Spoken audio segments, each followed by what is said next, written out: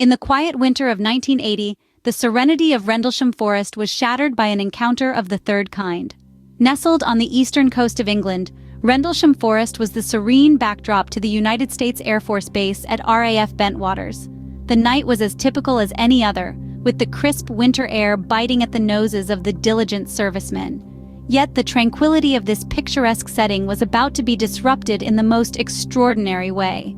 The key players in this story were the brave men and women of the United States Air Force, their lives governed by discipline and order.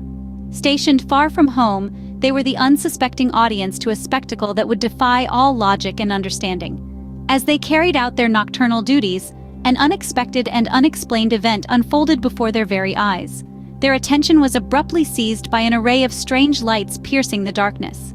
These vibrant, pulsating orbs descended from the star-speckled sky, their path eerily deliberate as they moved towards the dense forest. The lights were unlike anything the personnel had ever witnessed, their luminescence casting an otherworldly glow over the base. The spectacle was as captivating as it was terrifying. As the lights vanished into the dense cover of the forest, the airbase was plunged into a state of fear and confusion. The usual hum of the base was replaced by an unsettling silence, punctuated only by the whispers of the bewildered personnel. The eerie stillness of the night was a stark contrast to the chaos that had just ensued. This was the first act of a drama that would unfold over the following days, forever changing the lives of those involved and leaving an indelible mark on the annals of UFO history. It was an event that would come to be known as the Rendlesham Forest Incident. As the lights vanished into the forest, the airbase was plunged into a state of fear and confusion. In the heart of the cold forest, the soldiers began their search for the unknown. A shiver ran down their spines as they plunged deeper into the inky blackness of Rendlesham Forest. Their flashlights cut through the darkness, casting eerie shadows on the gnarled tree trunks surrounding them. The chilling wind whistled through the trees, adding an ominous soundtrack to their expedition. The soldiers were on a mission, drawn into the forest by reports of strange, unexplained lights. Their hearts pounded in their chests as they trudged through the undergrowth, the crunch of dead leaves under their boots the only sound breaking the silence. It was an uncanny silence, a silence that seemed to hold its breath, waiting for something extraordinary to happen. Then they saw it. Hidden amongst the trees was a craft unlike any they had ever seen. It was sleek and metallic, reflecting the moonlight in a way that made it seem otherworldly. The air around it hummed with an energy that sent goosebumps prickling up their arms. As they approached, they noticed peculiar hieroglyphs etched into its surface, symbols that were foreign yet eerily familiar. The soldiers moved closer, their curiosity piqued. The hieroglyphs seemed to pulse with a light of their own, casting an ethereal glow on the surrounding forest floor. They reached out, their hands trembling, to touch the strange symbols. The metallic surface was cold to the touch, yet it seemed to vibrate with an unseen power. The silence around them deepened, the forest holding its breath as they made contact with the unknown. Then, without warning, the craft lifted off the ground. It soared into the sky, leaving a trail of sparkling light in its wake. The soldiers stood rooted to the spot, their mouths agape as they watched the craft disappear into the night sky. As they touched the craft, it soared into the sky, leaving them in a state of shock and awe. Their investigation had only just begun, and already they were faced with more questions than answers. But one thing was certain: they were not alone in the universe. In the days following the incident, the forest was not the same, nor were the men who ventured into it.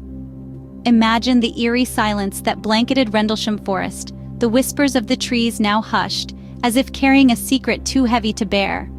The aftermath of the encounter was as uncanny as the incident itself. The soldiers who had dared to venture into the forest that fateful night were changed men. Sleep became elusive as nightmares consumed their nights. Their dreams were haunted by the pulsating lights, the metallic beings, and the cryptic symbols. Their days were no refuge either, as they were filled with an anxiety that was as palpable as the cold December air. The eerie encounter was not just a figment of their disturbed minds. There were tangible reminders of that night, etched into the very earth of the Rendlesham Forest. The ground bore the weight of the incident, with impressions in the soil that mirrored the shape of the strange craft. It was as if the earth itself was testifying to the soldiers' experience, refusing to let their story be swept under the rug. But the scars were not just physical. The forest hummed with an unusual energy, an energy that was alien to its natural tranquility. Radiation levels in the area spiked, a scientific anomaly that left researchers puzzled. This wasn't just a ghost story, it was a scientific mystery wrapped in an enigma. Yet, despite the physical evidence and the psychological trauma experienced by the soldiers, the official response was one of denial. The men were left grappling with an experience that was too real to dismiss, but too extraordinary to be acknowledged. The incident left an indelible mark on the forest, and the men who had the misfortune of encountering the unexplainable. The forest, once a sanctuary of natural tranquility, was now a silent witness to an event that defied the laws of nature and science.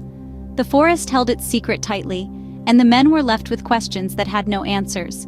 In the shadows of power, the truth can often become the first casualty. This aphorism takes on a chilling resonance when we delve into the governmental response to the Rendlesham Forest Incident. Imagine this. You're a soldier, trained to trust your instincts and your senses. You witness something inexplicable, something that defies all known laws of physics, and then you're told to forget it ever happened. This was the reality for the servicemen involved in the incident. Their reports were dismissed, their accounts ridiculed. The government's response was a textbook example of a cover-up, a concerted effort to bury the truth under a mountain of disinformation and denial. In the weeks following the incident, the soldiers' accounts were systematically discredited.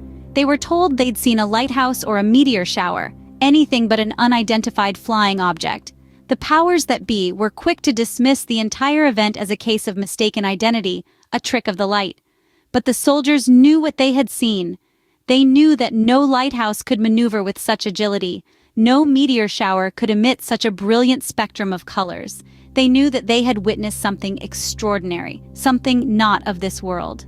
And then, in a twist worthy of a spy thriller, came the release of the Halt Memo. This document, penned by Deputy Base Commander Lieutenant Colonel Charles Halt, corroborated the soldiers' story. It detailed the sighting of an unidentified craft, the strange symbols, the radiation readings, and the physical traces left behind.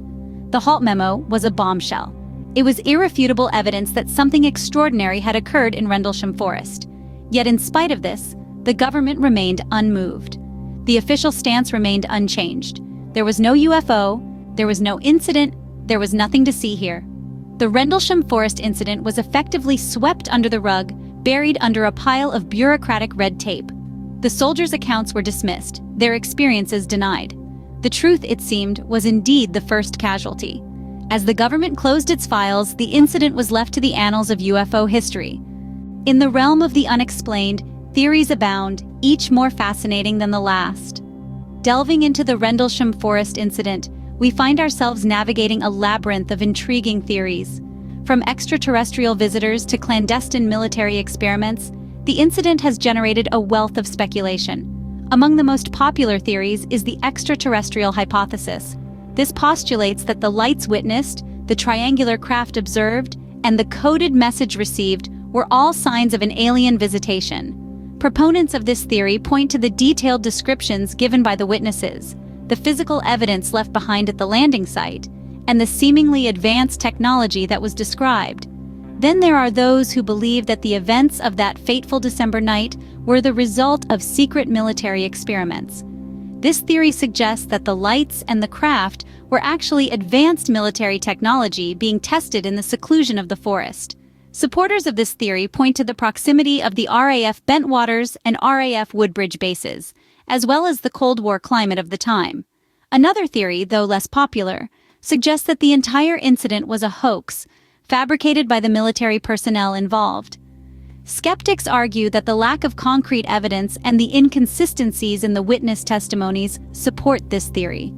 However, those who were there that night staunchly deny any deception. Yet for every theory put forth, there is evidence to refute it. No single theory completely satisfies all the details of the Rendlesham Forest Incident. The extraterrestrial hypothesis doesn't explain why an alien species would communicate in binary code, a human invention. The military experiment theory doesn't account for the physical traces left at the landing site, and the hoax theory struggles to explain why highly respected military personnel would risk their careers on a prank. As we delve deeper into the mysteries of Rendlesham Forest, we are left with more questions than answers. Yet each theory, each piece of evidence, brings us one step closer to the truth.